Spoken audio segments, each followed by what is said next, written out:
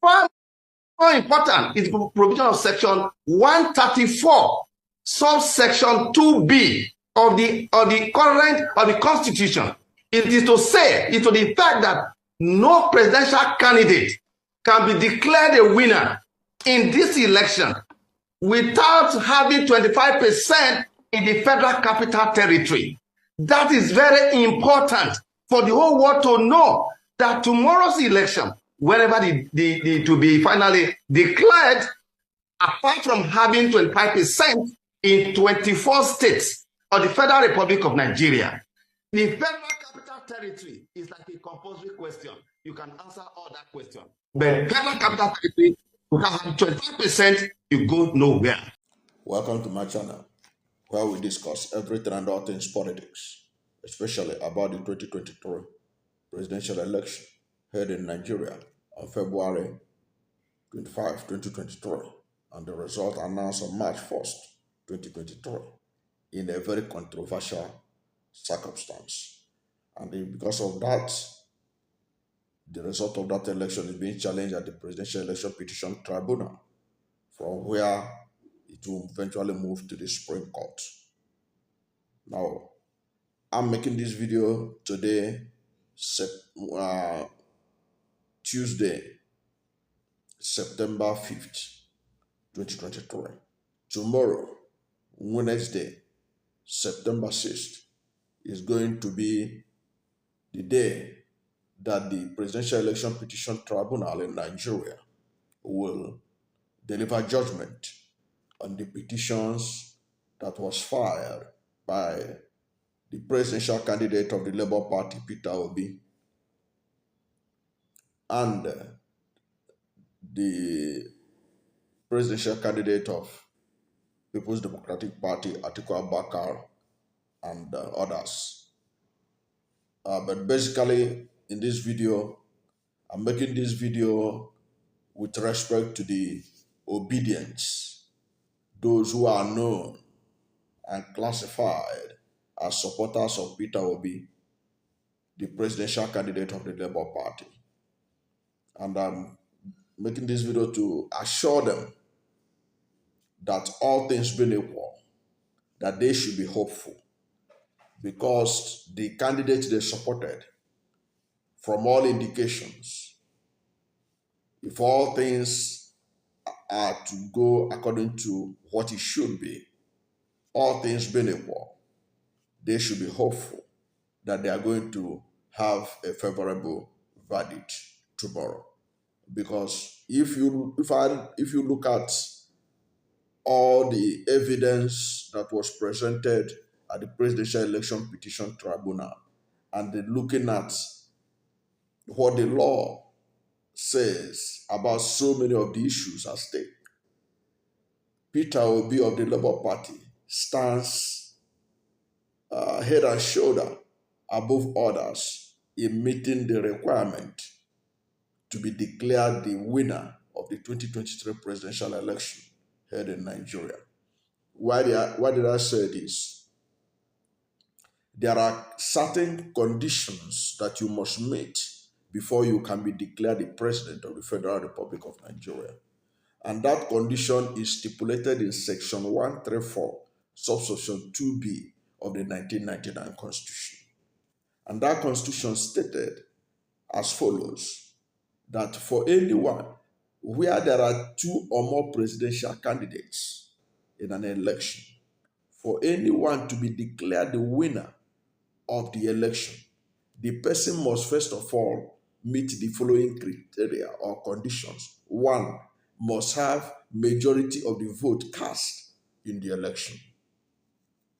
Two, the person must get 25% of the votes cast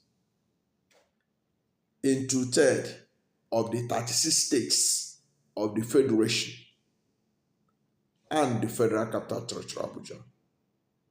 Now, if you look at these conditions are sacrosanct for anyone to be declared the winner of the election. Unfortunately, the Independent National Electoral Commission ignored certain conditions that was in this section of the Constitution. And President Bola Ahmed Tinubu, or Aswad Bola Ahmed Tinubu, was declared the winner of the February 25 election on March 1st without meeting one criteria that is very important in declaring a winner. Aswad Bola Ahmed Tinubu failed to get 25% of the total votes cast at the presidential election in the Federal Capital Territory, Abuja. Now, this particular section of the Constitution, this particular demand of the Constitution, only Peter Obi of the Labour Party meet the condition. Only Peter Obi of the Labour Party, read my words very clearly, only Peter Obi of the Labour Party met the condition of getting 25% in the Federal Capital Territory, Abuja, in the last presidential election. And Peter Obi did not only get 25%, he got over 60% of the vote cast. So he is held and shouldered above all of them in meeting this critical condition to be declared the winner of an election. No other candidate met that requirement. In fact, this condition is enough to nullify the election, the result of the election of February 25, which was awarded to Aswad Bola Ahmed Tinubu because he didn't get 25%.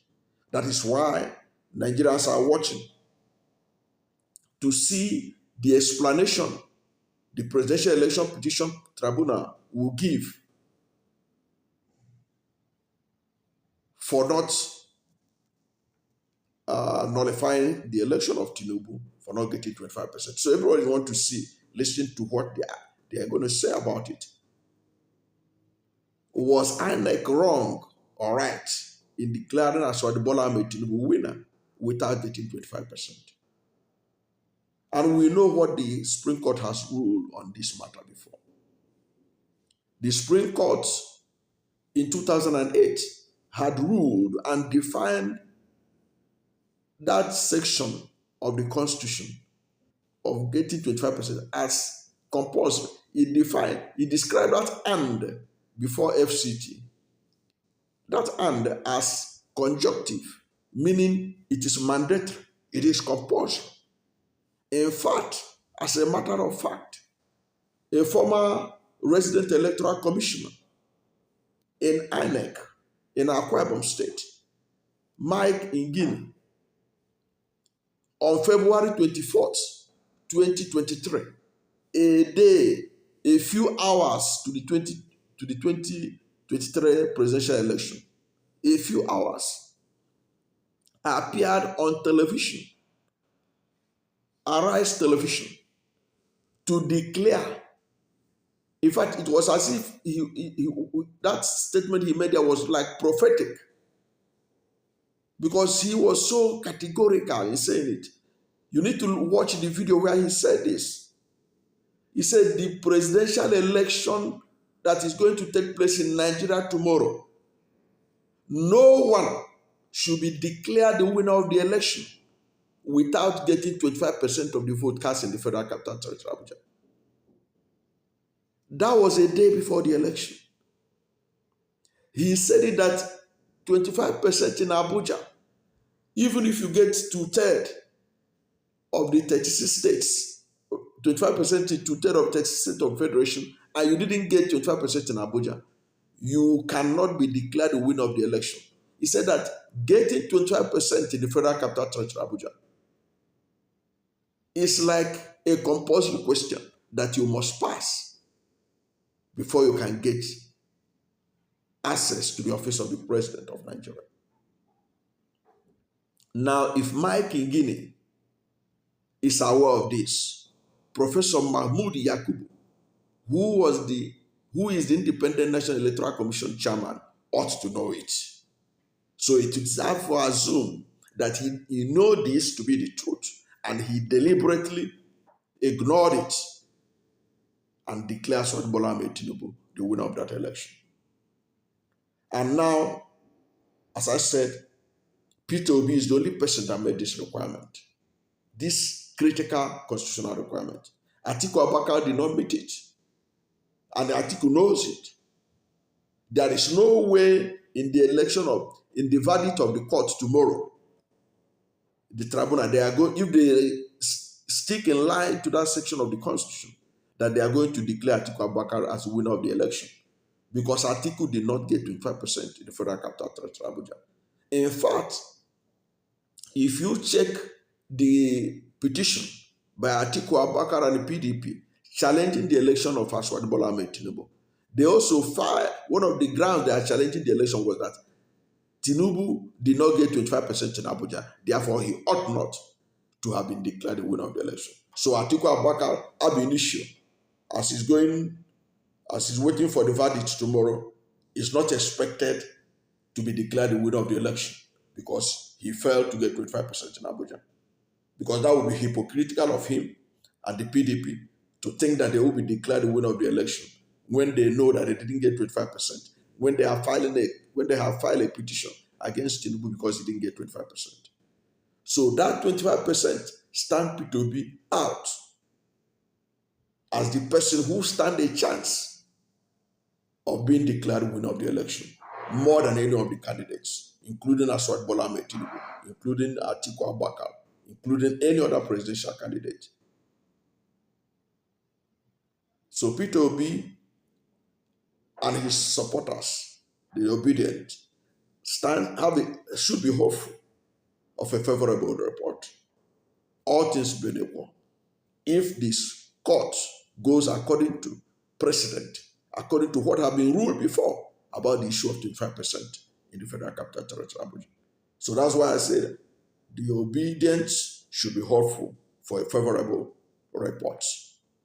All things being equal, they are the ones that stand a chance of being declared categorically as winners of the election, based on that section 3, section 134, subsection 2B, in respect of getting 25% in the Federal Capital Territory, Abuja. Then you look at the issue, having finished with that Peter Obi is the one that stands a good chance of being declared winner of the election.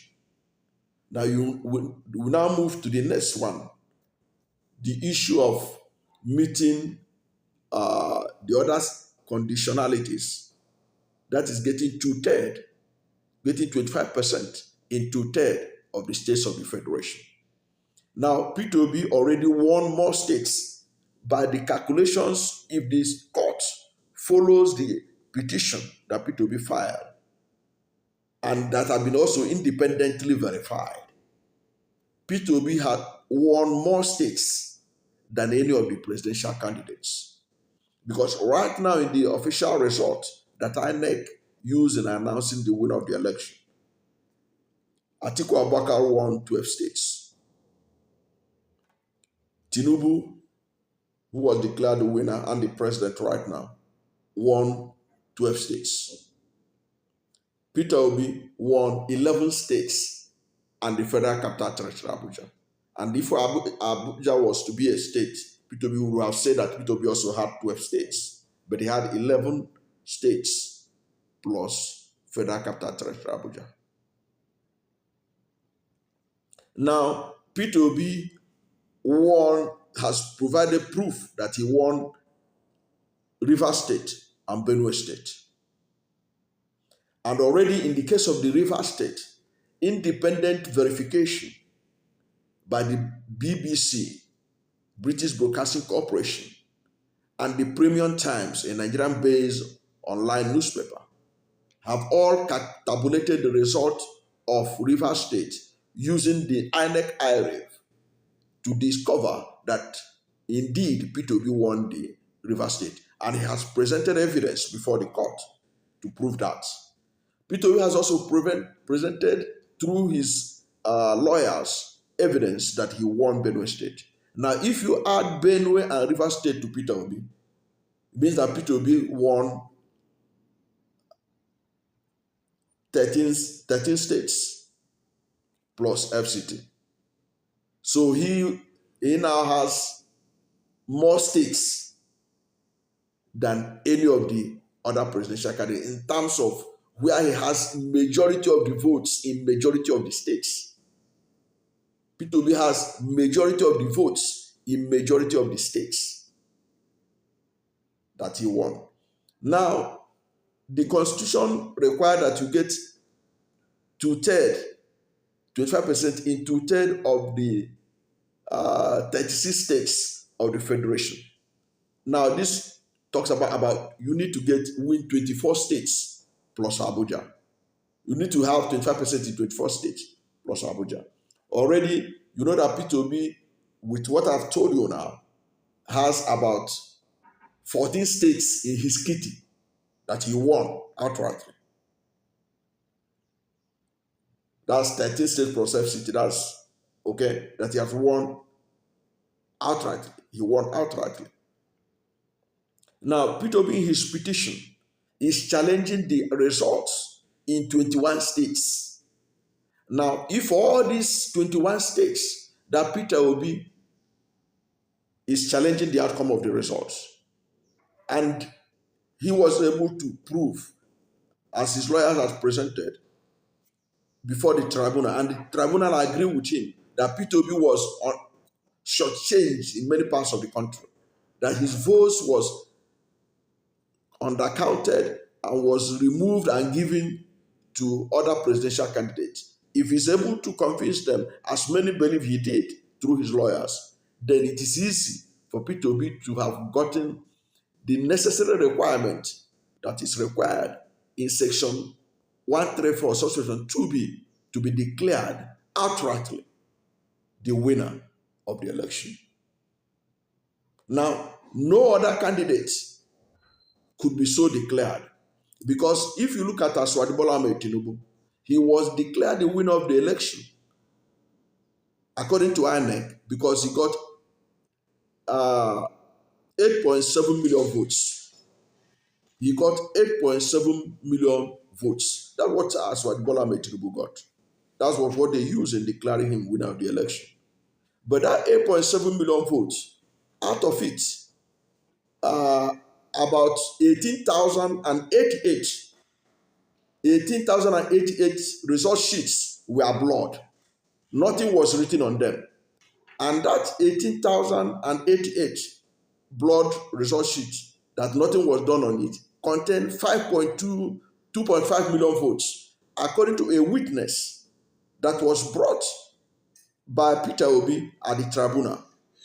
And that witness, a mathematics professor, was able to show that if you subtract that 2.5 million blood results that was allocated to Tinubu, and you subtract it from his 8.7 million votes, Tinubu's numbers will drop to 6.2 million votes. He will no longer have the majority of the vote cast in the election. And that is not all. His number of states won has already dropped. Because when you take Benue out of his victory, take Rivers out of his victory, Tinubu had only 10 states that he won. And it therefore would require a miracle to prove that Tinubu won the election. And he will be the first man in history of Nigerian politics to have lost Lagos, lost Rivers, lost Kano, and still emerge president of Nigeria. It has never been done before. But then, we are waiting to see how it's going to happen. But that is the reality on the ground. That is what is available on the ground. So that is the issue at stake. After that, if the tribunal agrees with the presentation of Peter Obi and his star witness, the professor of mathematics, data analyst, who downloaded the result from the IRIC, this result he used in compiling, the result he used in coming to the conclusion that 18,088 result sheets was blurred, that nobody could see what was written in it. Yet INEC used it to generate 2.5 million votes for Tinubu. If the Presidential Election Petition Tribunal agrees with it, there is no way Tinubu will emerge victorious in the verdict that Nigerians are waiting for. It will be difficult unless somehow the tribunal did not agree with that presentation. So that's a strong ground to show that indeed the Obidients have to be hopeful of a very positive outcome tomorrow, because there is enough ground to show that the candidate they prefer really stand a good chance of being declared the winner of the election, because others in the race failed to meet the conditions to be declared the winner of the election. Okay, and then the other issue is still there, the issue of disqualification of Asiwaju Bola Ahmed Tinubu based on the issue of forfeiture. Peter Obi has no issue of forfeiture dragging him down. It's Asiwaju Bola Ahmed Tinubu. In the 1990s, he forfeited $460,000 to the United States Congress, to the United States courts in Chicago, Illinois, as proceeds of narcotic. They have not denied it in the court that we all saw. They are only dragging that it is statute bar, that it has taken a long time when it happened and all that. But then Nigerians will be waiting to hear the definition of forfeiture. What is the meaning of forfeiture that Tinubu forfeited in 1990s in Chicago?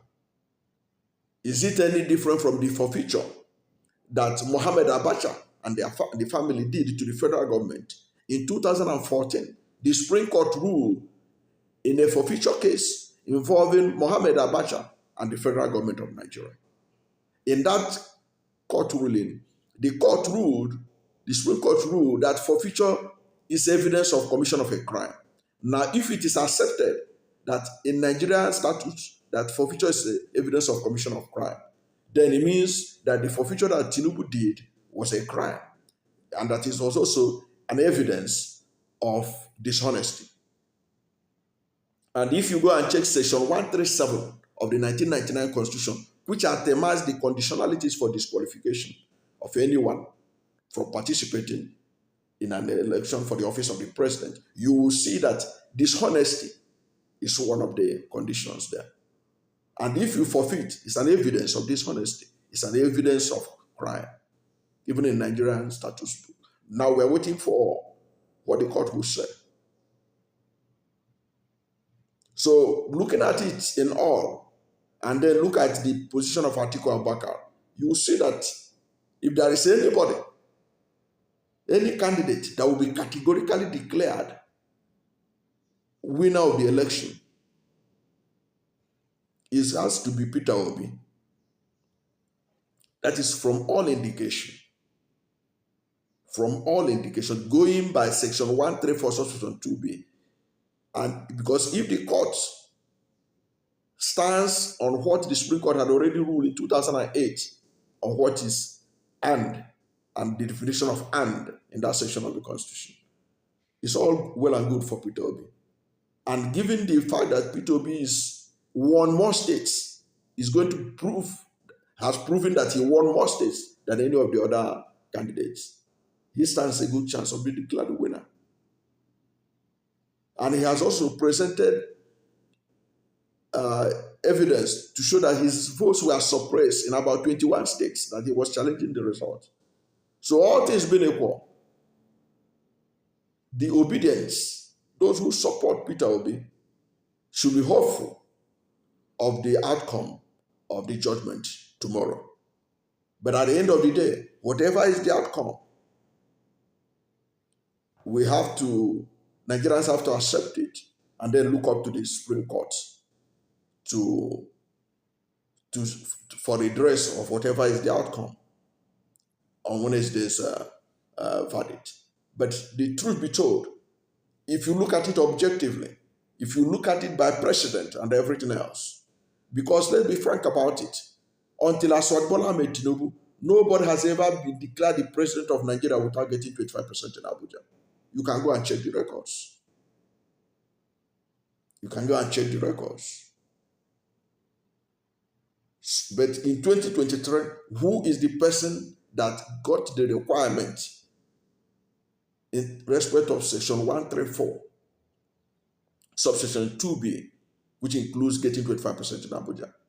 You without being biased, you have to say it, that it is Peter Obi of the Labour Party. But at the end of the day, the court knows the best. The court has the final say. But we are all human. The fine writings of the Constitution was not, the Constitution of Nigeria, 1999, was not written in Greek or Arabic. It was written in simple English. Simple English. You can only say that there were some grammatical errors that need, like a celebrated author, Chimamanda Ngozi Adichie, recently said that the Constitution needs some grammatical editing. But for that, everyone has access to it, everyone can read it, everyone can understand it. The laws of Nigeria is not rocket science. It's not like going to the moon. We all read the Constitution. We all know about the issue of precedent in law and all that. But at the end of the day, those who have the authority to adjudicate are the justices. They have the final say. But in this matter, I think the Obidients should be hopeful. They should be hopeful. They should be hopeful, because all things, going by what we have seen, by the law, by evidence, and the Constitution, is working in their favor in terms of meeting the necessary requirements. Thank you for watching this video. And if you are new to my channel, you have not yet subscribed to my channel, please subscribe to my channel, hit the subscription button, hit the notification bell. When you subscribe to my channel and hit the notification bell, anytime I have a new video, you'll be among the first to know. And please don't forget to like this video, because when you like it, Google will rank it high and recommend it for more people. Thank you, and God bless you and yours.